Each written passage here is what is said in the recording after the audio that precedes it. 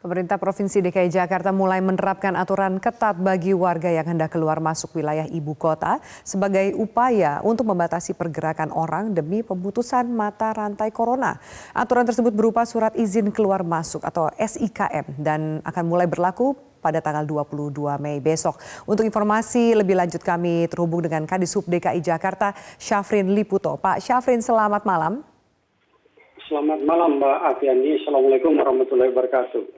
Waalaikumsalam. Pak Syafrin, bagaimana nantinya penerapan surat izin keluar masuk Jakarta ini? Bisa dijelaskan lebih jauh termasuk bagaimana sistem pengecekannya? Ya baik, sebagaimana kita ketahui bahwa Jakarta dan Jabodetabek saat ini untuk kasus positifnya itu konstan dan turun. Sebagaimana disampaikan bahwa reproduction number-nya itu sekarang tinggal 1,08 sampai dengan 1,1. Artinya pertambahan itu tinggal satu pasien positif ke satu penduduk lainnya. Dan oleh sebab itu hal ini harus terus kita jaga agar tidak terjadi penambahan positif yang masif. Dan berdasarkan peraturan Gubernur nomor 47 tahun 2020, maka untuk menjaga penyebarannya agar tidak masif dan kita konstan dan bahkan berusaha untuk menurunkannya, maka kita akan melakukan pengaturan pergerakan orang keluar masuk di Jakarta dan Jabodetabek pada umumnya, di mana untuk pelaksanaannya itu kami akan mulai besok dan ada 12 titik lokasi yang akan kami lakukan penjagaan. Ini pun sudah dikoordinasikan secara baik, di mana untuk untuk jalan arteri itu ada 10 lokasi. Tepatnya tadi sudah dibacakan, kemudian untuk jalan tol itu ada 3 lokasi. Di jalan pintu tol Cikupa ya, kemudian di jalan tol Japek, itu Jakarta Cikampek itu ada 2 titik setelah kami melakukan survei, di mana satu yang ke arah keluar itu di Cikarang Pusat, sementara untuk yang masuk dari arah timur ke Jakarta itu kami menetapkan poskonya ada di kilometer 47 Karawang Barat. Ya. Dan untuk pelaksanaannya kami sampaikan bahwa setelah masyarakat melakukan pengurusan SIKM, tentu secara online melalui website yang tadi juga dibacakan oleh Pak Gubernur, masyarakat cukup menunjukkan SIKM di titik-titik di mana kami melakukan pencegatan. Setelah itu yang bersangkutan bisa melanjutkan perjalanan, dan dengan pola ini otomatis proses pemeriksaannya lebih sederhana. Jika sebelumnya pada saat pencegatan PSBB yang kami periksa itu menunjukkan surat tugas, menunjukkan surat keterangan sakit, surat keterangan sehat dan hasil tes COVID-19 serta atau PCR, juga KTP, maka sekarang yang bersangkutan cukup menunjukkan SIKM saja, karena proses administrasi itu sudah dilakukan di awal pada saat yang bersangkutan mendaftar untuk mendapatkan SIKM.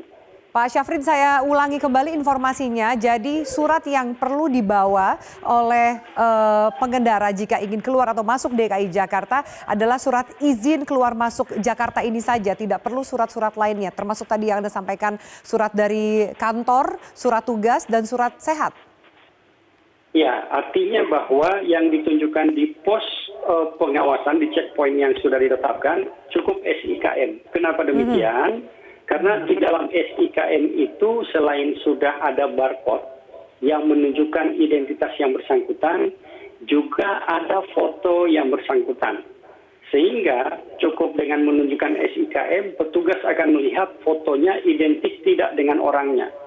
Dan ini tentu akan lebih menghindari pemalsuan. Seperti kita ketahui beberapa waktu yang lalu ada pemalsuan surat keterangan sehat, pemalsuan surat tugas dan lain sebagainya.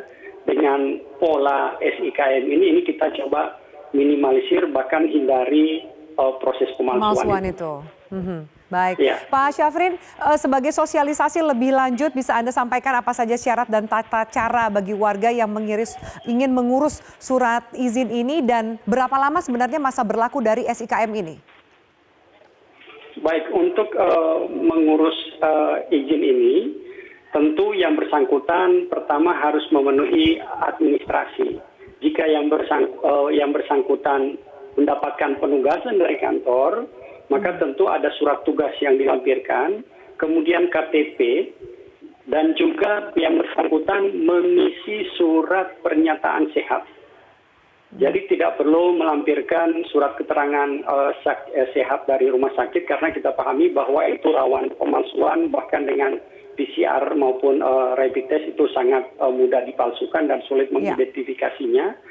Nah, kemudian setelah itu maka yang bersangkutan cukup mengakses website corona.jakarta.go.id dan kemudian di sana ada fitur izin keluar masuk perjalanan. Nah, kemudian yang bersangkutan klik fitur tersebut dan kemudian muncul persyaratan di sana siapa saja yang boleh melakukan perjalanan sesuai dengan ketentuan dalam pelaksanaan PSBB. Nah, untuk Jakarta ada 5 kategori yang bisa melakukan perjalanan yang dikecualikan tadi. Yaitu yang pertama adalah tentu instansi pemerintah baik pusat maupun daerah. Yang kedua adalah perwakilan negara asing. Yang ketiga adalah BUMN atau BUMD yang tugasnya adalah untuk penanganan COVID atau bantuan sosial.